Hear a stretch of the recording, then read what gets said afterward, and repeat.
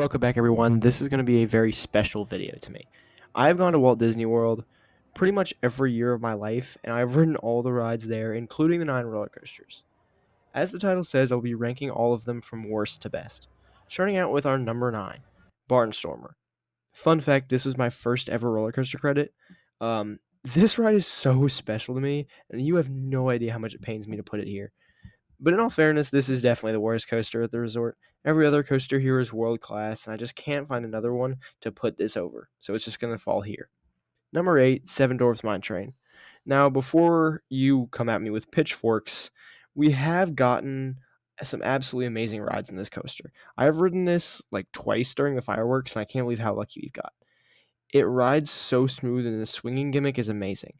Now, with all that out of the way, as good as it is, I just can't put it above the number 7 because I feel like it's just too tame. Number 7 is Slinky Dog Dash, and the only reason that I have this as a better experience than Seven Dwarfs is because of my love of Toy Story. It's just enough to carry this ride. The theme is so good, and yeah, the ride is completely forceless, but that's not what it's about. It's about enjoying the views of the beautiful land and just the feeling of being in Hollywood studios. Number 6, Big Thunder Mountain. This ride is forceless enough to be better. It still doesn't feel like very much, but it's just another iconic ride experience, and every time I'm in the park, we have to do this ride. The rock work of the attraction is just stunning, and I love how they're going to integrate the new Cars Land into this area when it's built. Number 5, Tron Light Cycle Run.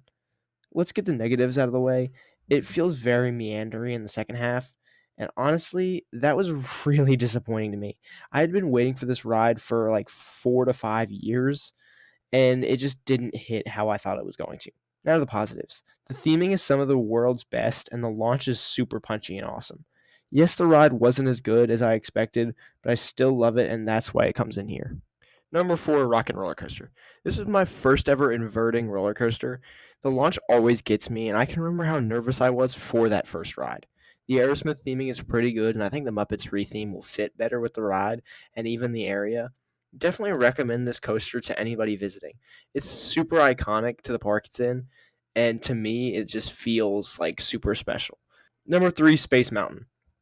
I will fight and die for this coaster. I am the biggest Space Mountain fan ever. This ride is pure fun and jankiness. You don't know where you're going. It's janky, but it's not too bad. I think that jankiness makes it fun. I just love screaming on this ride to freak out everybody else.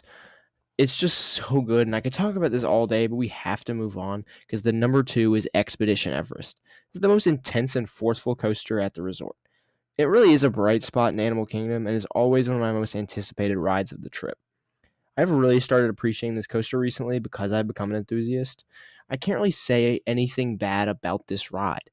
I mean, just the backwards part's really cool, and that dive out of the mountain is incredibly forceful.